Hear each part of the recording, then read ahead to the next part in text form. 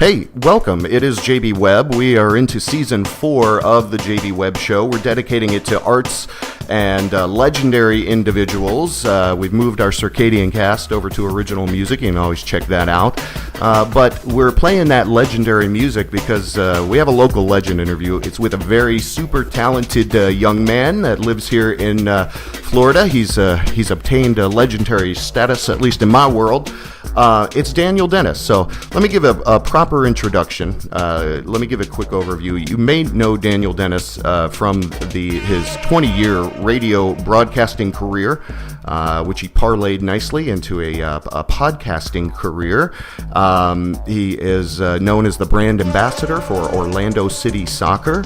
But again, as I mentioned, producer of the Monsters in the morning and in the midday, and I think he joined in 1999. But let me give a quick overview. Daniel Dennis, lead character creator. Daniel's talents both on air and behind the scenes are credited for much of that show's success. Creative, funny, quick. Daniel has created over 100 different characters. You can find them all, a little tip, you can find them all on Reverberation, or a lot of great stuff on there. Daniel's been into music since he was a young man, and comedy also seems like a natural suit to him, and we are so honored that he's agreed to speak with us. Daniel Dennis, local legend here in Orlando, Florida. Welcome to the JB Webb Show. How you doing? Good, man. How are you? I appreciate you having me on, man. That was quite the introduction. I appreciate that. Well, you have quite the career. You seem to do it so gracefully and so easily. You're quite a great conversationalist. I know I personally miss you on the radio every day. Thank God for your show, tomanddan.com. But what I think would be great, man, is if you can give us a little bit of insight into your maybe musical origins and your comedy origins, because because before all this, I mean, people know what they know about you, and it's all out there on the internet. You're very prolific on Twitter, but maybe kind of reel it back for us and share a little bit about kind of the origins into all of this. Yeah, it's funny because I always wanted to be in radio. So I mean, what I did for, like you said, 20 years. It's probably closer to, 17 or 18. We'll go with 20. Yeah, it's a nice number, 20. Yeah, just shoot for 20. It sounds great.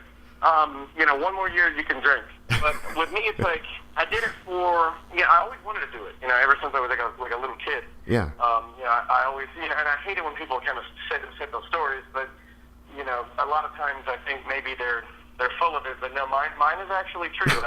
I had a little record player, and I don't know if you remember, but they had these record players that were sound activated, and the front of it were like colorful lights. Okay. The more you talked into it, the more the lights would light up. Ah. So I had one of those, and I began, introducing and, talking up the post of my favorite records that I had, which at the time would have been like, I think I only had one record. It was the Beatles' The Long and Winding Road. That's a great one. Such a pretty depressing, slow song for a kid to have, but it was like Day Only 45, my wife. Good Lord, what a Freudian slip. What happened there? Excuse me. Yeah, exactly. Look at that, man. Wowie wooey. But yeah, I started doing that, and then I fast forward to 1996. I had an opportunity to become an intern for the talk station here at Campground Radio, and I did that. I jumped on top of that, and now you were driving from DeLand, right? So that was a long haul. A little while, yeah. I was, driving from the DeLand area to the station at the time. And that's a long haul. My buddy Tom is here. Oh, wow. How cool is that? It's Tom Van. He just handed me a Diet Mountain. Is that for me, or am I stealing this from him? Oh, okay. He came in with 2 Diet Mountain Dews, and I stole one from him, which I don't know. I love it. Well, we just got... yeah, he's going into the studio, so you get a 2 for... oh, wow. That's awesome, dude. All right, so cool. So you're reeling back 96, 97. Yeah, around 96, I had I was going to Flagler College in St. Augustine at the time, trying to get my degree, and I got an internship by kind of lying about it, and by kind of lying, I mean definitely lying. What I did was they asked me if I had any prior radio experience, and I said yes, and then I went ahead and kind of fudged the whole internship form that you had to fill out.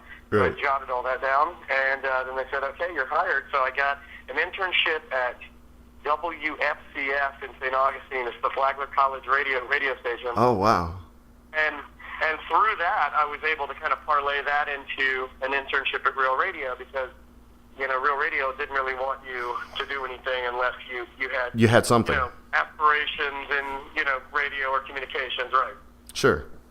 So, okay, so then that must have been 97, 98 then? You were doing Ed Till, you were producer Ed Till at some point, and then you work with, what's his name, Garbaggio? And then... and then 99 you got into the Monsters. You were pulled in there. Well, it's funny because I think everybody thinks that you have so much of a choice in these types of matters, but in radio, you don't really control your own destiny, you know, and that's not a knock. That's Okay. kind of the reality. It's a fact. Wherever they need to go. Just fill in here, yeah. Yeah, so at the time, Drew and I weren't getting along, which we are now, actually, which is nice. It's nice as you get older, you can kind of realize that you don't have to be quite as passionate about arguments. You don't have to win. Right. You can kind of meet each other in Yeah. kind of common ground. I think marriage does that to people. Yeah, it calms you right? down a little It makes bit, you go, but, I don't have to win every battle. Yeah. Well, at the time, I was working for Drew. We had a falling out. I decided I wanted to quit, so I actually resigned from Real Radio. Oh. Imagine that. That's the third time I've actually done that. But I resigned, and then they said, well, why don't you go try to be on the Monster Show? So I did that, and the rest was history. Man, had a lot of good times. Yeah, well, that was really a significant point because you're such a talented guy, and you had such an open canvas there to create characters, to do the call-ins. I mean, I swear to God, man, I can't tell you how many years of just pure joy your creative mind has given me. I'm being sincere. Well, you're a super funny guy. Well, thank you, man. It's interesting because I was able to there was a kind of no holds barred there. The higher up and host of the program kind of just let you go in whatever direction you wanted to kind of create your own persona, right? Which was always nice. There really wasn't any type of issue there when it came to if I had a character or something that they didn't necessarily like, they still let me give it a shot. So that was always good. I enjoyed that portion of doing radio. But like I said, you don't really control much in radio. So, well, you guys, as time went on, I put in my 12 years, I guess, with the Monsters or so, and it was time to move on. Yeah. Well, it was definitely sad to see you go. I mean, it hasn't even been a year yet, but we won't harp on that. I think to touch on that kind of controlled chaos kind of a aspect of a show, and it moves nicely into talk about Tom and Dan. Because basically, you guys have a damn rodeo, and I guess now you've done something very smart, and I just want to commend you again, because when you left the show, or didn't re-up on the show, as it were, you literally took your fans with you, which is amazing in any broadcasting industry. Your whole fan base went, okay, we're going over here, and that's pretty impactful. I mean, that's awesome. So, pay a compliment there. But again, kind of the open arena that is your tomanddan.com. If people haven't heard, you're living under a rock. You're living best ofs, winning these best of awards left and right. Tomanddan.com. Go check it out. Blah, blah, blah. I don't need to tell you. But is part of that open formula, that part of the open controlled chaos sense, do you have points? I mean, you've come from, radio structured. I know, I can see you're a busy guy. It's been hard to get a hold of you, but you obviously have a kind of a flow for the shows, I would imagine. Well, yeah, and Tom and I are buddies, so I think that, first and foremost, there's a lot of mutual respect there, and I think that's one of the things that I was sorely missing in the radio aspect of things. And again, this isn't to sit there and harp, and I'm not pointing any one person out or bad mouthing. I'm just saying in general, a lot of times when you have a huge corporation involved, you stuck out the part of it that's natural and the part of it that is human, and that's probably for me the best part. Right. I think one of the characteristics that I'm most proud of just with myself is the fact that and I got this from my father, but I just enjoy being around people. You know, like my dad just lived for other people. That was the way he lived his life. It's like people being around people, making people laugh, enjoying human conversation, enjoying, you know, a night of drinks or a campfire, something stupid as that, you know. And when you take the corporate aspect of broadcasting and you shove so much of the advertising and the money, and you know, and that's all important. Don't get me wrong. You know, I'm not going to sit here and hippie preach and say that that's not important. It is. Everybody has to pay their bills, and you know, you want to make money and you want to have clients and you want to do a good job for them. When you shift the focus, I think, and to the point where that's the number one thing, then there's all this extra pressure on like the sales department and extra pressure on the people that are performing.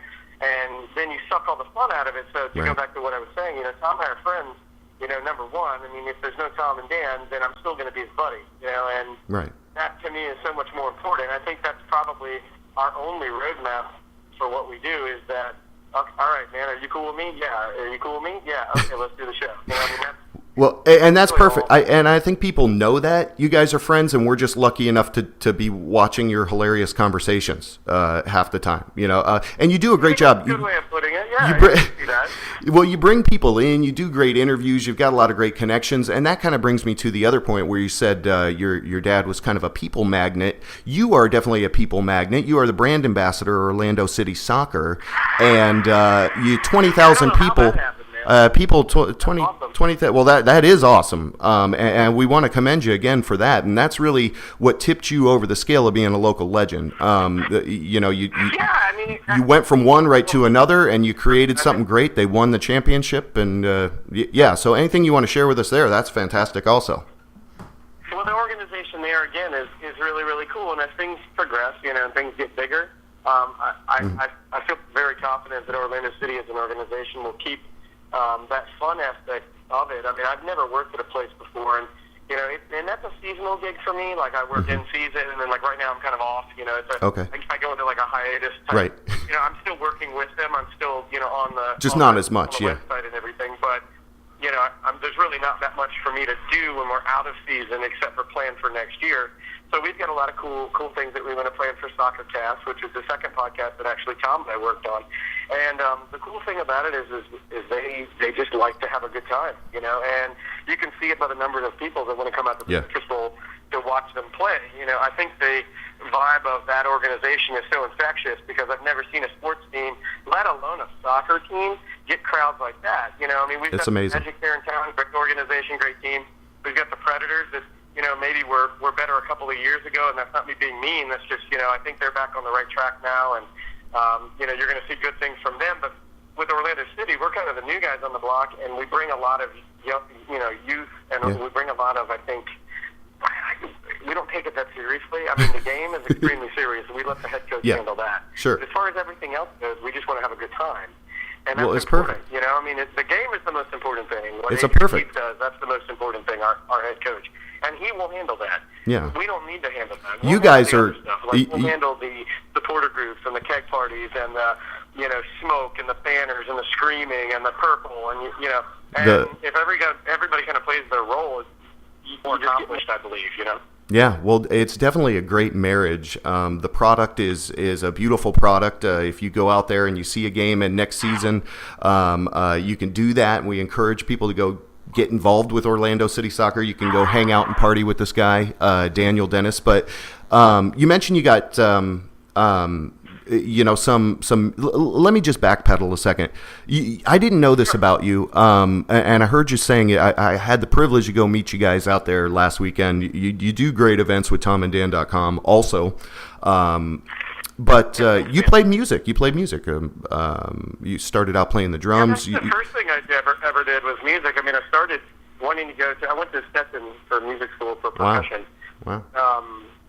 So playing marimba and timbales and xylophone and timpani and, you know, all these amazingly cool percussive instruments. And I realized that early on that there's not a lot of money to be made being a professional musician, especially if you're going to play like in an orchestra or a jazz band. Right. I mean, you're going to probably be living in your car. And then the other thing is that I got a full scholarship to Stetson, but because there were so many percussion majors.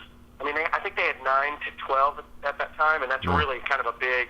Right. It was kind of a big department. Right. So they were only going to give me about, I don't know, on a $21,000 a semester scholarship, they were only going to give me about $6,000. Oh. So that's not really that much when you're thinking about, and it's going Stetson to school. too. Yeah. Well, So I just. So you were like, so it's something natural that you have. Does the future hold? Are you going to get? You used to do some great original music cast and things like this when you were part of the Monsters Original Music Tuesday, I think it was. I mean, you're a perfect fit. To go on any radio and bring us original music. Is that something you've contemplated in doing? Is that something that might work well with your schedule, or what are your thoughts about that? Do you ever kind of want to go into a DJ role again? I don't think so, man. I think you hit the nail on the head when you said the word radio. Like, I don't really have any aspirations to ever go back in that direction.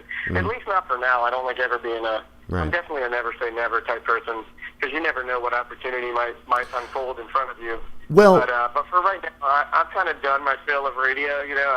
I've got I'm very honest. I try to be all honesty all the time. And sometimes that's hard to get you into some trouble sometimes. Yeah, but that's right. I will say that I'm not the biggest fan of radio right now, and I'm not the biggest fan of, kind of I don't know exactly what it's become. When I started, 15 years ago, 16, 17 years ago, I loved it.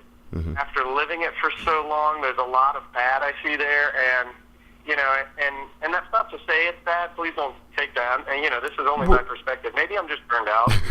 Well, maybe it's more machine-like than it used to be. You can see the machine now. Well, everything is. Everything is. Even though I embrace it, but look at social media and how how much of an emphasis we put on stuff like that. It's like I do enjoy that. I do enjoy the Twitter sometimes, but I also have to correct myself and understand that I've been on it way too long, or maybe I shouldn't have set that on there. Stuff like that. So yeah, I've done that before. It's a new thing to me, but I enjoy, like with Tom and Dan. The cool thing about it is I'm able to have my hand on every single aspect, like. How does it sound? Right. How is it edited? Right. Where are we doing it? What are we talking about? We have subscribers now that get 2 extra shows a week. I answer every single trouble ticket that comes in by hand. I talk to those people. It's a very. If there weren't computers involved, it'd be the equivalent of a handmade leather saddle. You know what I'm saying? Like it's every little aspect of it is controlled by either me or Tom. So.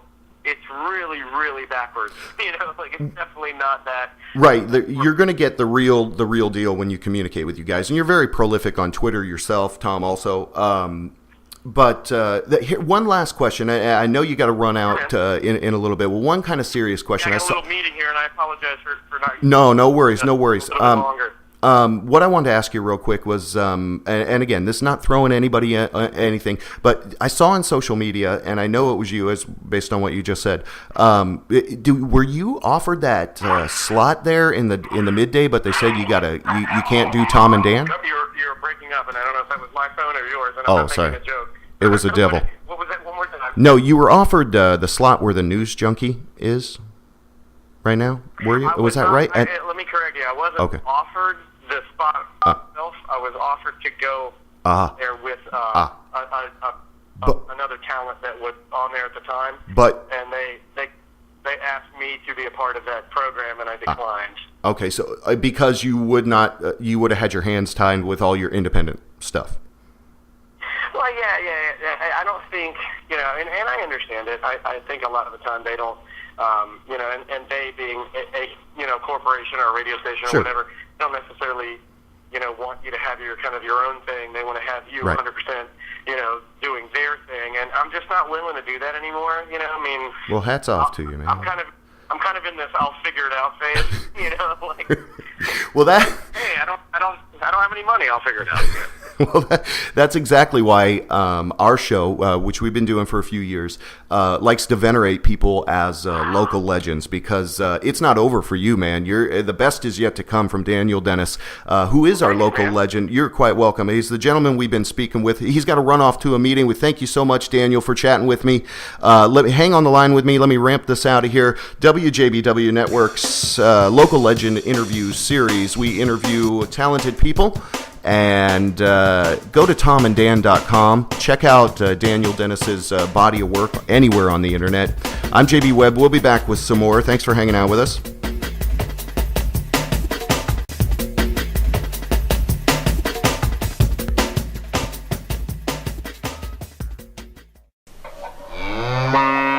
Down here at the JB Webb Show, our sponsor is bacon. Delicious bacon. You can use it so many kind of ways, and it tastes ever so good. Bacon, proud sponsor of the JB Webb Show.